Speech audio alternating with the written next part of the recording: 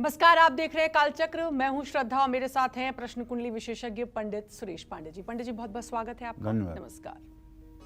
दूसरों के हाथ में ना दे अपनी 5 चीजें, वरना अपने ही हाथों हो जाएगी किस्मत खराब। देखिए कालचक्र। तो चलिए आज की चर्चा को शुरू करते हैं। अक्सर हम घर या ऑफिस में दूसरों के हाथों में ऐसी छोटी बड़ी ऐसी चीजें दे देते हैं जिस पर हमारा ध्यान ही नहीं जाता।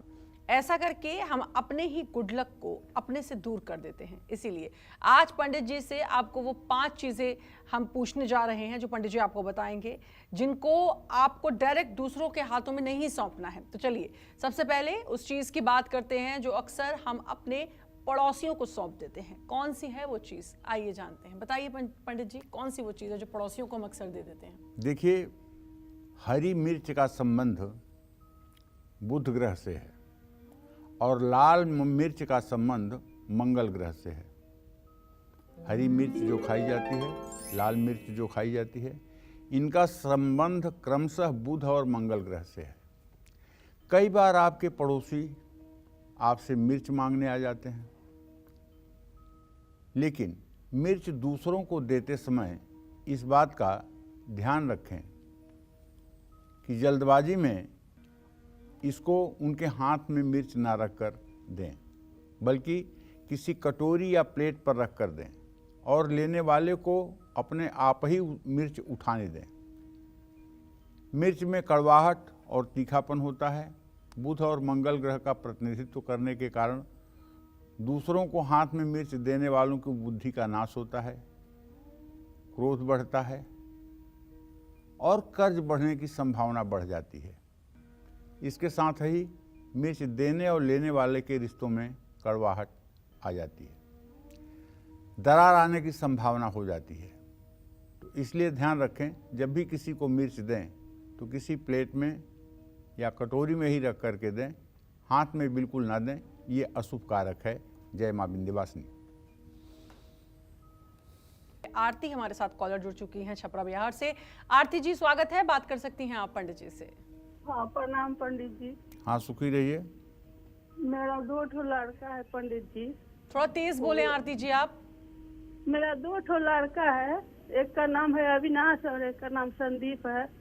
उसका जन्म है 1995 तारीख सितंबर महीना में 20 तारीख को रात को 11:10 पर। और एक लड़का के जन्म है 2000 का फरवरी महीना में। क्या पूछना चाहती हैं आरती जी? आप अपना सीधे सवाल पूछे, उम्र बताएं, सवाल पूछे। इतना मैं अपने लड़का के बारे में जानना चाहती हूँ। जो एक लड़का का नाम मैंने जन्म है 95 का। चलिए पंडित जी से हम उनके भविष्य के बारे में जान लेते हैं। आपके पुत्र भाव का स्वामी आरती सूर्य है और उससे द्वितीय सप्तम भाव के स्वामी क्रमशः बुध और शनि होते हैं, जो द्वितीय द्वादश का संबंध बनाते हैं। ये बड़े वाले बेटे का अभी आपके भाग्योदय नहीं हुआ है। इसका भविष्य भी ठीक नहीं है। इसका वर्तमान अभी ठीक नहीं चल रहा है। अभी काम धंधे में ये ठीक से नियोजित नहीं हो पा रहा है। इसको ज़रूरत है कि रोज़ दुर्गा चालीसा का पाठ करे, भगवती दुर्गा की पूजा उपासना करे, जिससे इसका आगे आने वाला समय अच्छा हो। और एक और कॉलर हमारे साथ जुड़ गए, उनसे भी बात करेंगे, लेकिन उससे पहले सभी कॉलर जिनसे अब हम बात करेंगे वो इस बात को समझ ले, इतना कंफ्यूजन आप लोग क्रिएट मत करा करिए। प्रश्न कुंडली के हिसाब से पंडित जी देखते हैं। हमेशा मैं जब पंडित जी का संबोधन करती हूँ तो भी कहती हूँ प्रश्न कुंडली विशेषज्ञ, आपको सिर्फ उम्र जिसके बारे में पूछ रहे हैं उससे अपना रिश्ता और नाम बताना है। आपको पंडित जी बता देंगे। आप डेट ऑफ बर्थ कुछ लोग भूल जाते हैं, कुछ लोग फिर उसी टाइम याद करने की कोशिश करते हैं और खुद कंफ्यूज हो जाते हैं, उनको नहीं पता। जैसे इससे पहले आरती जी ने किया, 2 बेटों के बारे में जानना है, कभी समय नहीं याद आ रहा है तो कभी साल याद नहीं आ रहा है। सीधे सीधे अपने बच्चों की या जिसके बारे में भी जानना चाहते हैं, आप कहें कि पंडित जी इतनी उम्र है, ये नाम है, बता दीजिए जो भी आपको पूछना है। अवधेश हमारे साथ जुड़ चुके हैं। अवधेश जी, स्वागत है, बात कर सकते हैं पंडित जी से। प्रणाम। थोड़ा तेज बोले अवधेश जी। जी प्रणाम पंडित जी। हाँ, सुखी रहिए। मेरी उम्र 46 साल है। जन्म कुंडली तो है नहीं मेरे पास, पर यह है कि हमने एक प्लाट ही खरीदा था, उसको हमको बेचना है, वो बिक नहीं पा रहा है। प्रयास करिए, अप्रैल मई के बीच में बिकने का संयोग बनेगा। अभी प्रयास करते रहिए, अप्रैल मई तक बिकने के संयोग बनेंगे। कॉलर हमारे साथ जुड़ चुकी हैं। बीरा जी, बहुत बहुत स्वागत है। बात कर सकती हैं आप पंडित जी से। बोलिए पंडित जी, मनोज अग्रवाल के नाम से बात करनी है। मीरा देवी बोल रही हूँ चंडीगढ़ से। जी, क्या जानना चाहती हो मीरा? 16 अप्रैल में जन्म हुआ है। उसके लिए पूछना है कि शादी कब उसकी ठीक होगी। पहले वाली शादी टूट चुकी है, तो ये बताओ कि ठीक ठाक होगी उसकी शादी कि नहीं होगी। मनोज के विवाह का योग बना हुआ है, इनके दूसरे विवाह का योग बना हुआ है। बहुत विलंब की स्थिति नहीं है। अभी से लेकर के मई जून तक इनके विवाह का संयोग बना हुआ है। विवाह इनका हो जाएगा, लेकिन इनको चाहिए कि विष्णु सहस्त्र नाम का अगर रोज पाठ कर लें तो शायद इनका विवाह ठीक चलेगा, नहीं तो दूसरे विवाह में भी दिक्कत आने की संभावना बनी हुई है। जय मां विंध्यवासिनी। तो भाई पहली तो चीज़ है मिर्च, जो नहीं सौंपनी है। पड़ोसी अक्सर आ जाते हैं कि आपके यहाँ मिर्च है या हरी मिर्च है, हम ही लोग मांग लेते हैं, नहीं सौंपनी है, नहीं तो उस रिश्ते में भी एक कड़वाहट आ जाएगी, एक तीखापन आ जाएगा। और अब बात करते हैं उस दूसरी चीज़ की जो हर किसी के किचन में होती है। ये चीज़ अगर आप दूसरों को दे देते हैं तो यकीन मानिए बुरा वक्त शुरू हो जाएगा। कौन सी है वो दूसरी चीज़, आइए जानते हैं। बताइए पंडित जी, वो दूसरी चीज़ कौन सी है? दूसरी चीज है नमक। नमक का संबंध चंद्रमा और शुक्र ग्रह से है। नमक कभी भी किसी की हथेली में सीधे नहीं देना चाहिए। बचपन से ही हमें सिखाया जाता है। नमक किसी को अगर आपको देना हो तो किसी बर्तन में रखकर, नमक का पैकेट भी किसी के हाथ में भूलकर नहीं रखना चाहिए। अपने हाथ से दूसरों के हाथ में नमक देने से संबंध खराब होते हैं और आर्थिक परेशानियां आती हैं। इसके साथ ही नमक को स्टील, प्लास्टिक या लोहे के बर्तन में रखना निगेटिविटी को बढ़ाता है। नमक को हर समय कांच के बर्तन में रखना सबसे शुभ माना जाता है। जिस घर में बार बार नमक गिरता या बिखरता है, उस घर में रहने वालों पर चंद्रमा और शुक्र ग्रह का बुरा प्रभाव देखा जाता है। जिस व्यक्ति से आपके संबंध अच्छे नहीं हैं, उनके घर का नमक भी आपको नहीं खाना चाहिए और ना ही नमक उधार लेना चाहिए। जय मां विंध्यवासिनी। तो दूसरी चीज़ है नमक, जो आपको सीधे किसी के हाथ में नहीं सौंपना है, डायरेक्ट हाथ में उसको नहीं रखना है। आप किसी बर्तन, और अगर कोई आपसे नमक खाने के लिए भी मांगता है, खाने में अगर नमक कम लगता है तो भी उसे प्लेट में या चम्मच में दे पंडित जी तो ज़्यादा सही होता है। क्योंकि अक्सर देखा गया है कि खाने में नमक कम है तो कह देते हैं कि नमक थोड़ा सा ला दो, तो कई लोग हाथ में रख देते हैं। तो ये आपको नहीं करना है। और मिथुन राशि की बात करेंगे, लेकिन उससे पहले हमारे साथ कॉलर जुड़ चुके हैं। दया शंकर जी, बहुत बहुत स्वागत है। बात कर सकते हैं आप पंडित जी से। जी बात करिए। जी पंडित जी नमस्कार। हाँ नमस्कार। मैं पंडित जी दया शंकर बोल रहा हूँ गुड़गांव से, और मेरा डेट ऑफ बर्थ है 12/8/1950। जी जी, मेरा शरीर जो है बीमारी से घिरा पड़ा है, ये कब बीमारियां छूटेंगी? क्या पूछ रहे हैं? शरीर बीमारियों से घिरा हुआ है, बीमारियां कब छूटेंगी? देखिए, अभी आप 72 साल के हो गए हैं और बीमारियां पूर्ण रूपेण तो नहीं छूटेंगी, लेकिन अगर आप दयाशंकर जी रोज सुबह स्नान करके भगवान विष्णु की राम दरबार की पूजा करके ओम नमो भगवते वासुदेवाय इस मंत्र का 108 बार जप करना शुरू करें, भगवान विष्णु की पूजा उपासना करें और बृहस्पतिवार के दिन केले के पेड़ में जल और हल्दी डालें तो निश्चित रूप से काफ़ी बीमारियों से आपको राहत मिल सकती है, लेकिन पूर्ण रूपेण निजात मिलना बहुत कठिन लग रहा है। तो दो चीज़ों की बात तो हो गई, और अब बात करेंगे उस तीसरी चीज़ की जो आपको कभी किसी दूसरे को नहीं देनी है, दूसरे के हाथ में बिल्कुल नहीं सौंपनी है। कौन सी है वो चीज़, आइए जानते हैं। बताइए पंडित जी। देखिए, ऐसा है कि हम अपने नित्य के व्यवहार में कुछ ऐसी गलती, कुछ ऐसी चीज़ें कर बैठते हैं जो जाने अनजाने में हमारे भविष्य के लिए दुखदाई साबित होती है।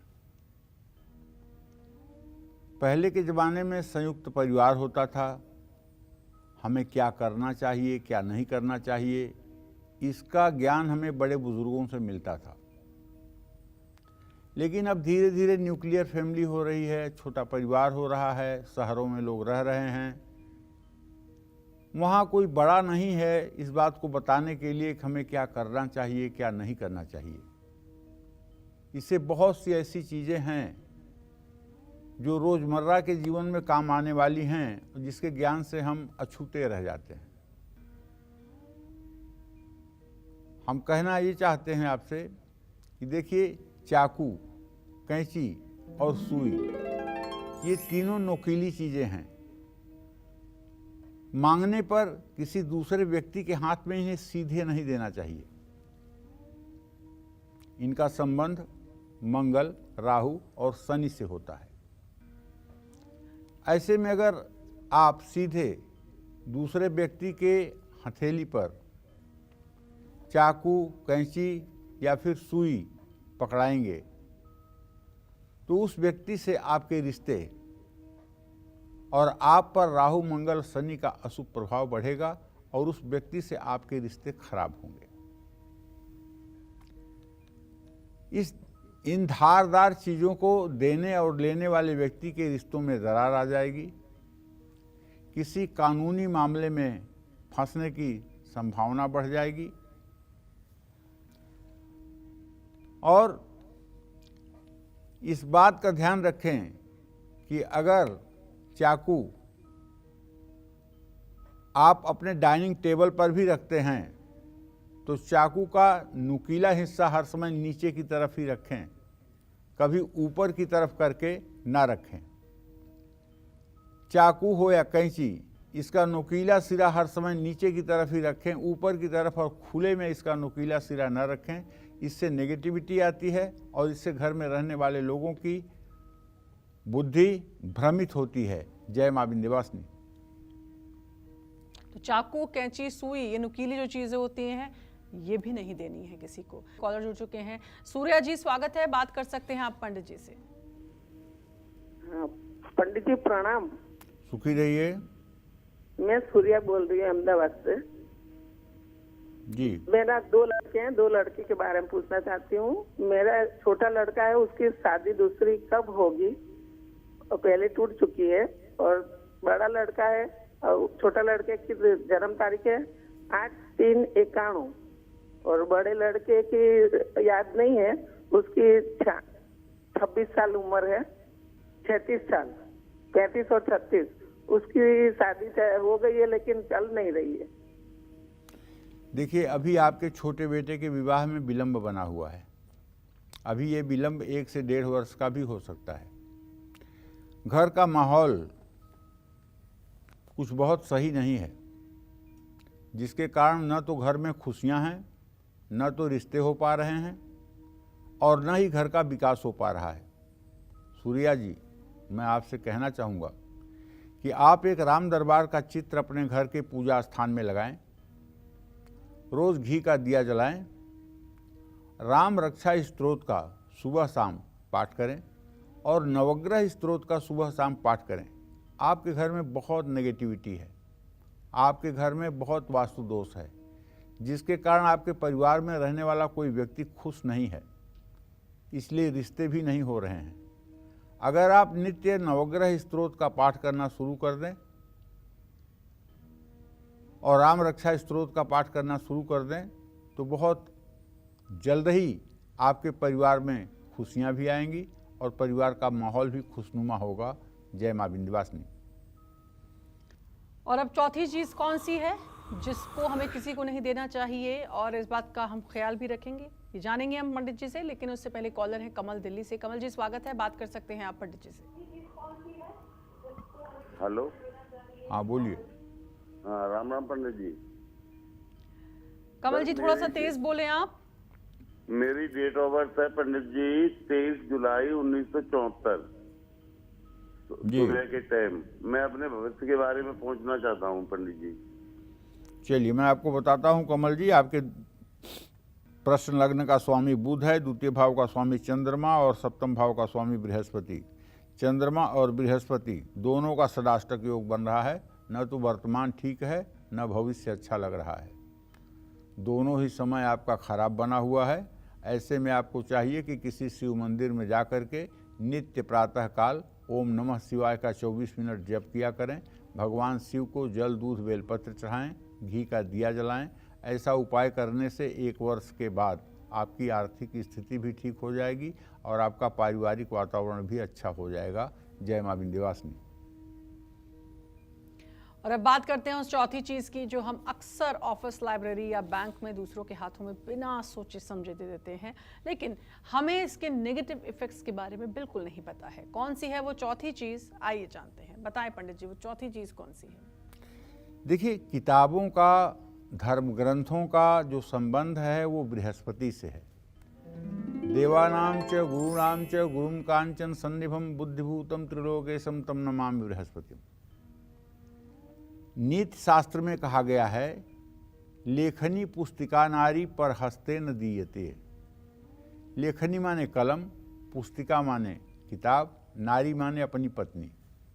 ये 3 चीज दूसरे के हाथ में नहीं देनी चाहिए, दूसरे के विश्वास पर नहीं देनी चाहिए, ना ही सीधे उनके हाथ में ये चीज़ें सौंपनी चाहिए।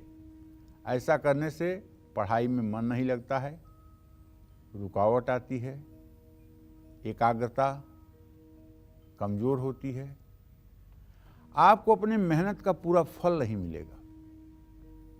इसी तरह से अपना पेन भी आपको दूसरे व्यक्ति की हथेली में सीधे नहीं देना चाहिए। आप जिस पेन का सबसे ज़्यादा इस्तेमाल करते हैं उसको भी दूसरों को नहीं देना चाहिए। आपसे कोई पेन मांगे तो दूसरों के हाथ में भी पेन सीधे ना दें।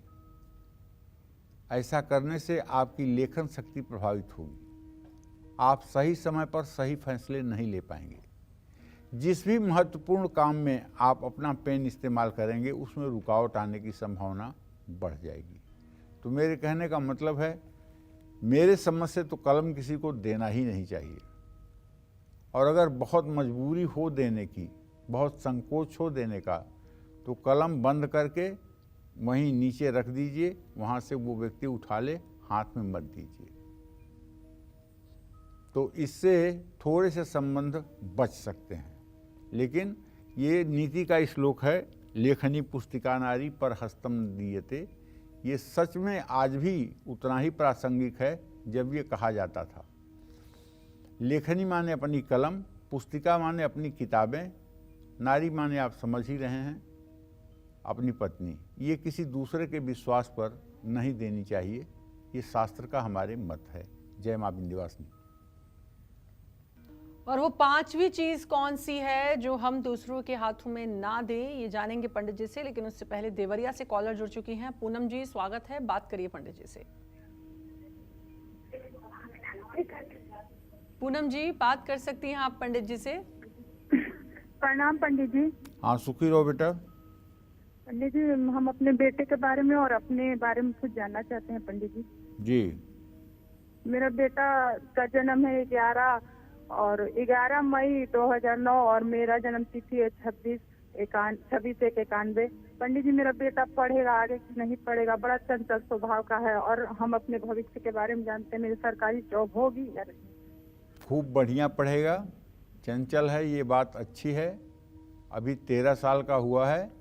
इसको एक 3 मुखी रुद्राक्ष पीले धागे में करके बृहस्पतिवार के दिन गले में धारण करवा दो, और रविवार के दिन बेलपत्र के पेड़ के नीचे जा कर के उसकी थोड़ी सी जड़ निकाल करके और उसे साफ सफा करके पिंक कलर धागे में बांध करके उसके दाहिने हाथ पर बेल की जड़ बांध दो।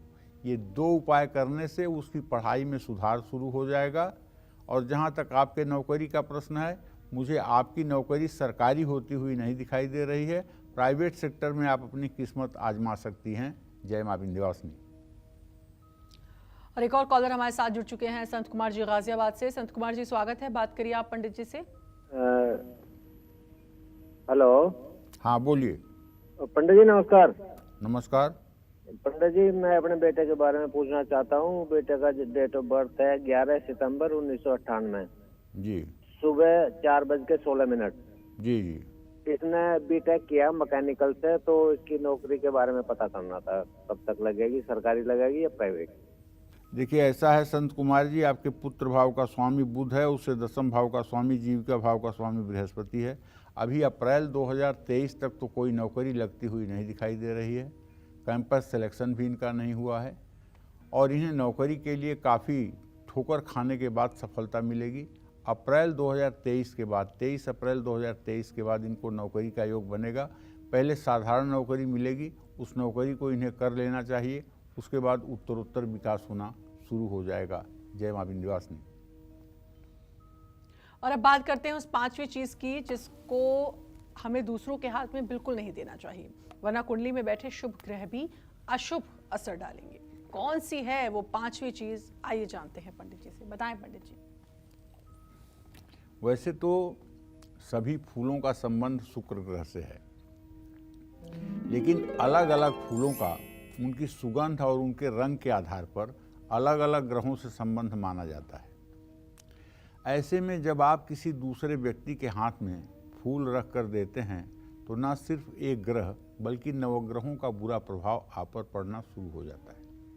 इसलिए कभी भी फूल किसी दूसरे व्यक्ति के हथेली पर सीधे नहीं देना चाहिए।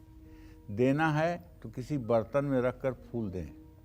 मान्यता है कि जो फूल किसी ने आपको हाथ में पकड़ाया हो उससे देवी देवताओं की पूजा नहीं की जानी चाहिए। पूजा के फूल सीधे जमीन पर भी नहीं रखे जाने चाहिए। इन सब चीज़ों का ध्यान रखना चाहिए। अब आप सोच रहे होंगे कि ये तो ऐसा कह रहे हैं कि फूल को हाथ में देना चाहिए और गुलाब का फूल तो हाथ से हाथ में ही दिया जाता है, तभी प्रेम का इजहार होता है। ये कैसी विडंबना है। तो ये पश्चिमी संस्कृति है, ये हमारी संस्कृति नहीं है, ये पश्चिमी संस्कृति है फूल हाथ में देने की। और हमारे यहाँ तो सीधे सीधे 8 प्रकार के विवाह मनुस्मृति में बताया गया है, जिसमें गंधर्व विवाह जो है उसमें जयमाल डाल देने मात्र से विवाह हो जाता है। ब्रह्म विवाह जो हम लोगों का विवाह प्रचलित है, ये ब्रह्म विवाह है। इसके बाद में गंधर्व विवाह होता है, यक्ष विवाह होता है, पिशाच विवाह होता है, चांडाल विवाह होता है, प्रेत विवाह होता है। इस तरह के 8 विवाह मनुस्मृति में बताए गए हैं, जिसमें गंधर्व विवाह अंगूठी पहना करके और जयमाल डाल करके ही विवाह की पूर्णता हो जाती है और उसमें सिंदूर दान वगैरह करने की प्रक्रिया बाकी नहीं रह जाती है, केवल जयमाल डालने से ही विवाह हो जाता है। तो कहने का आशय ये है कि हमारी संस्कृति, हमारी सभ्यता बहुत पुरानी है, सनातन सभ्यता सदा सर्वदा की रही है। तो हमें इस बात को ध्यान में नहीं देना चाहिए कि हाथ में फूल नहीं देंगे तो प्यार नहीं होगा। हाथ में फूल बिना दिए भी प्यार होगा। जय मां विंध्यवासिनी।